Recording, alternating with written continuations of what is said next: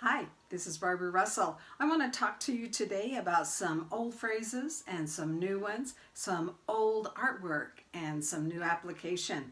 And here's how the old phrase goes. You've heard the phrase, well, you need to fake it until you make it.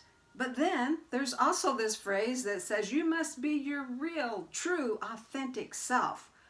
Well, don't those contradict themselves, we would say? Am I supposed to fake it or am I supposed to be real? Well, let me show you how that application doesn't have to be mutually exclusive. It can be something that we can think about to help us develop our real selves.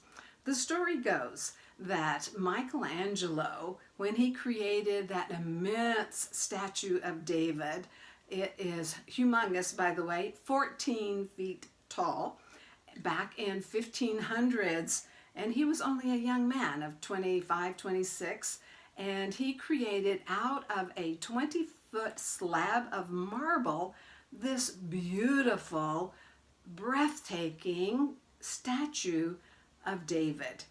And someone said, how can you possibly do that? I mean, think about it, 1500s, we're talking hammer and chisel days here, and how can you possibly do that? But here's what he said. Inside every statue, there's an angel waiting to come out. There's an idea that's already there. God has put it. So between his eyes and God's thinking and his thoughts and inspiration, David became a real thing that now people from all over the world go to see. And so you see, there's something inside of us that God has put there, and a lot of times it may be hidden in marble because we get those messages that say, nah, you can't do that. I remember when my husband and I went back to school, went back to college to get our degrees late in life, because you see how I grew up and the messages that I received is, first of all, women don't need to go to college. I'm revealing my age here. You can tell that thankfully has changed.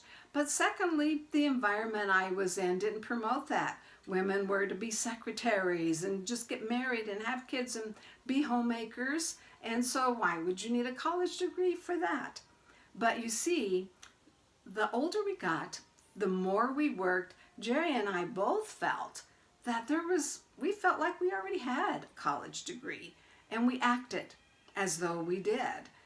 We worked hard, we were diligent, we still kept studying, and we eventually went back to school later in life to get our degrees. But you see, that's the concept. You don't want to be hindered and let all those messages become frozen marble around you, and all of your ideas and your passion, it needs to be released so that the world can appreciate your beauty just like the world appreciates the statue of David.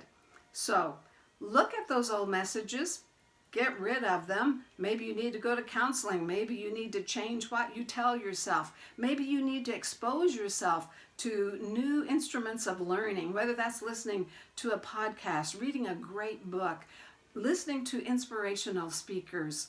All of those things will begin to change those messages so that the beauty within, the angel within, will be reviewed and revealed.